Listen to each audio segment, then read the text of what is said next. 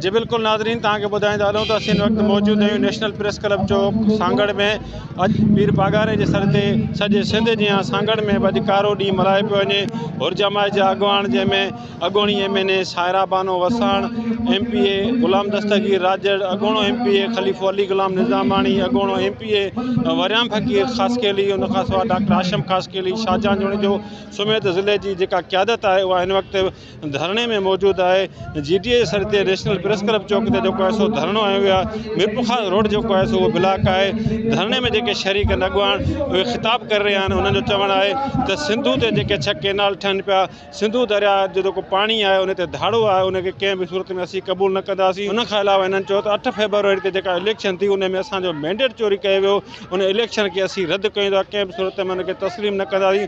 उन हवाले सां धरणे में जेके शरीक अॻुवाण या कारकुन आहिनि असीं उन्हनि सां ॻाल्हि ॿोल कंदासीं त अॼोके धरणे जे हवाले सां वधीक उन्हनि जो छा चवणु आहे। इलेक्शन चोरी कयो वियो, असां सां पूरे मुल्क में चोरी इलेक्शन मैनेज हुयो, उनखे असां मुस्तरद था कयूं। असां डे ऑफ फर्स्ट पहिरें ॾींहुं खां जेकी तव्हां ॾिठी वोट हिकिड़े खे विधो, रिज़ल्ट ॿी आई, फॉर्म 47 45 वारो बि इशू हले पियो। असां इन खे मञूं ई कोन था। इवन गवर्नमेंट नाले जी का शइ कोन्हे। तव्हां ॾिठो हूंदो रिसेंटली हिते हिकिड़ो झेड़ो थियो जूणेजन जो, 3 ॾींहं लाश पिया हुआ, गवर्नमेंट नाले जी का कोन हुई सिंध स्कीम। हीअं रिसेंटली हिकिड़ो वकीलनि जो इशू थियो SSP जो, उते बि तव्हां हिकिड़ी स्टेटमेंट गवर्नमेंट नाले जी कोन ॾिठी हूंदी। असां फेयर इलेक्शन जी डिमांड था कयूं ऐं असां चऊं था फेयर थिए, नई इलेक्शन जो ऐलान कयो वञे।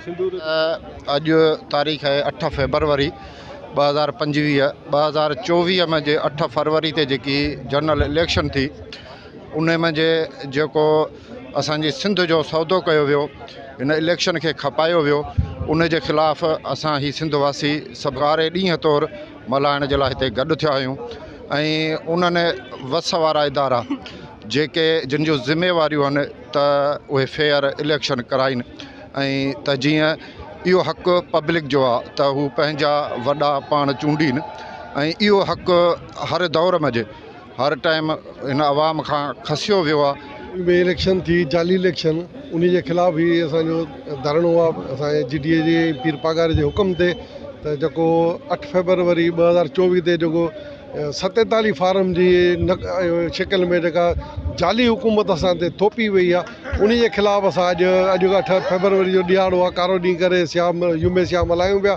जेको जाली हुकूमत अचण सां जेका जाली 26 आइनी तरमीम बि आंदऊं, ऐं जेके सिंध लाइ जाती करे जेके 6 केनाल बि मंज़ूरु कया अथनि, असां उन्हनि जे ख़िलाफ़ु जेको पेका एक्ट थियो आहे साफ़िन जे ख़िलाफ़ु, उन जे बि ख़िलाफ़ु असां आया आहियूं। त जेके बि कानून आहिनि, जेके बि आइनी तरमीमूं आहिनि, सभु जाली आहिनि, छो जो इन जी बुनियादु जाली आहे। उन जे लाइ असां सिंध जे अवाम खे, पाकिस्तान जे अवाम खे शऊर ॾियण लाइ हिते गॾु थिया आहियूं। बिस्मिल्लाहिर्रहमानिर्रहीम।